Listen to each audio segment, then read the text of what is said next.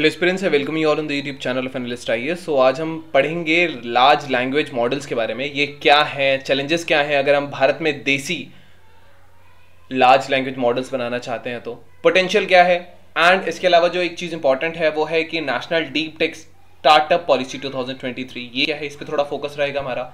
Priorities, then we'll be solving out today's prelims and the mains practice question based around this topic. So let's start with the news. So India का M फिलहाल है कि वो large language models develop करें भारतीय languages के लिए, उनकी इंपॉर्टेंस बेसिकली रिकॉग्नाइज करें, जो कि सोसाइटल चैलेंजेस हैं और जो एडवांसिंग टेक्नोलॉजीज हैं इनको एड्रेस करते हुए। तो ये बेसिकली जैसे चैट जीपीटी होता है या ब्रांड होते हैं, तो इसके साथ ये ऐसा ही एक इंटेलिजेंट सॉफ्टवेयर एप्लीकेशन है, सेम ऐसा। सो है क्या, ये एआई मॉडल हैं जो कि लार्ज टेक्स्ट कॉर्पोरा पे वर्क करते हैं। ये लैंग्वेज पैटर्न अंडरस्टैंड करते हैं और ह्यूमन लाइक टेक्स्ट जनरेट करते हैं। एप्लीकेशंस में ये चैटबॉट की तरह यूज हो सकते हैं, टेक्स्ट समराइजेशन की तरह यूज किया जा सकता है, ट्रांसलेशन की तरह इनको यूज किया जा सकता है। और ये जो मॉडल्स हैं ये आर्टिफिशियल इंटेलिजेंस सिस्टम्स की एक क्लास होती है जो मासिव टेक्स्ट डेटा सेट्स जो होते हैं उन पर बेसिकली ट्रेन होता है। और इसका एक ही गोल होता है कि ये नेचुरल लैंग्वेज को अंडरस्टैंड करता है और ह्यूमन लाइक टेक्स्ट जनरेट करता है। So remember this thing. जो ट्रेडिशनल एआई मॉडल्स हैं जो रूल बेस्ड प्रोग्रामिंग करते हैं, जो एलएलएम मॉडल है ये डीप लर्निंग टेक्निक होती है। ये पैटर्न को रिकॉग्नाइज करेगा, रिलेशनशिप देखेगा लैंग्वेज के साथ, जो उसका ट्रेनिंग डेटा है उसके साथ। सो ये एलएलएम को चैट जीपीटी की तरह अलाउ करता है कि वो जो नेचुरल लैंग्वेज है उसमें क्वेश्चंस प्रॉम्प्ट कर सकता है, उसमें क्वेश्चंस अंडरस्टैंड कर सकता है और रेस्पॉन्ड कर सकता है based on their statistical learning.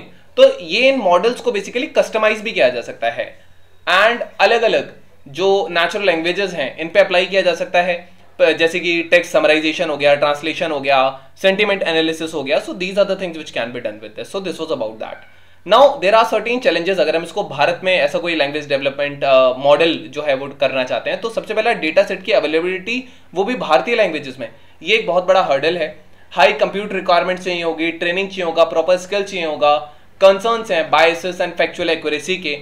However India hurdle और भी फेस करता है। So these are the hurdles which India faces. जैसे लिमिटेड डेटा सेट अवेलेबिलिटी है इंडियन रीजनल लैंग्वेजेस में, सो ये जो ट्रेनिंग होती है एक्यूरेट मॉडल्स की, इनको इम्पीड कर देता है। हाई कंप्यूटेशनल रिक्वायरमेंट है ट्रेनिंग के लिए, सो ये एक प्रॉब्लम है।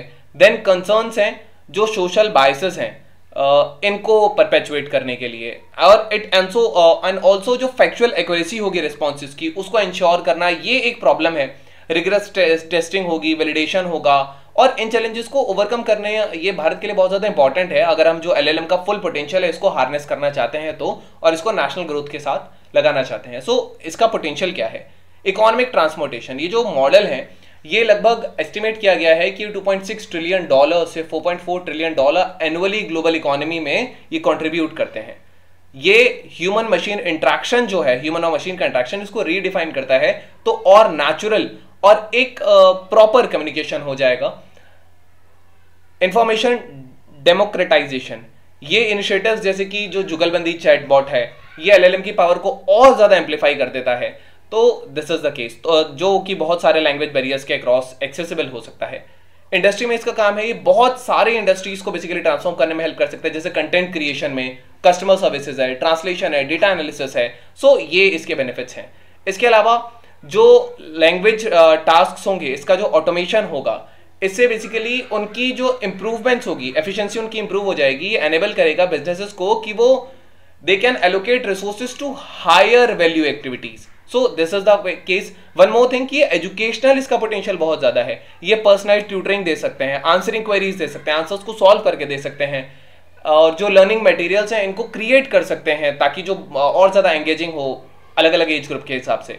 National deep tech startup policy क्या है 2023, ये जो पॉलिसी है रिसर्च डेवलपमेंट बेसिकली के लिए है डीप टेक स्टार्टअप्स में, जो कि फंडामेंटल और टेक्निकल प्रॉब्लम्स पे वर्क करते हैं। देखिए कुछ फर्म्स ऐसे हैं जो टेक्नोलॉजी को मोनेटाइज करते हैं और उसको बिजनेस मॉडल्स की तरह डिस्टिंग्विश करते हैं, बट ये इसका जो फोकस होता है मेन वो फंडामेंटल और टेक्निकल प्रॉब्लम्स पर होता है।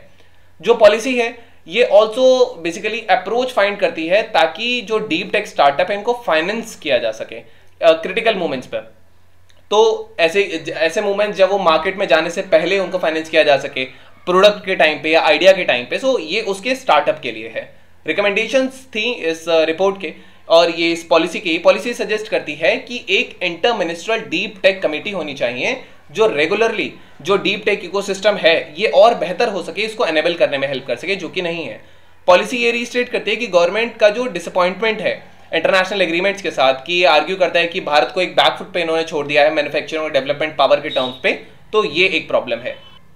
प्रायोरिटीज की अगर हम इसके अंदर बात करेंगे तो ये रिसर्च एंड डेवलपमेंट को प्रमोट करता है, डीप टेक्नोलॉजी में इनोवेशन प्रमोट करता है, मोरओवर इंटेलेक्चुअल प्रॉपर्टी राइट्स जो होते हैं इनको सेफगार्ड करेगा, ये फाइनेंशियल सपोर्ट देगा स्टार्टअप्स को जब वो आइडिया के फॉर्म में ही होते हैं मार्केट में जाने से पहले, देन ये नेसेसरी इंफ्रास्ट्रक्चर डेवलप करने में हेल्प करेगा। ये इसकी प्रायोरिटीज हैं बेसिकली। मोरओवर ये कंडक्टिव रेगुलेशंस रहेंगी इनोवेशंस के लिए, डिलीवरी डाइवर्सिटी हो गया, स्किल डेवलपमेंट हो गया, इनको फॉस्टर करने के लिए।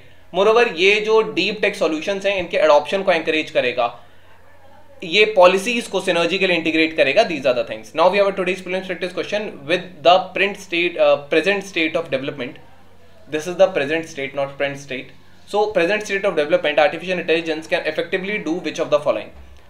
Bring down electricity consumption in industrial units, create meaningful short stories and songs, disease diagnosis, text to speech conversion, wireless transmission of electrical energy. Select the correct answer in the code given below. You can type the answer in the comment section, the relative first correct or not. Then we have today's mains practice question. So the question says that artificial intelligence is going to change every industry, but we have to understand its limit. In the light of this, discuss the benefits and challenges associated with AI in Indian context. So this was all about today's video and session. I hope you understood it well.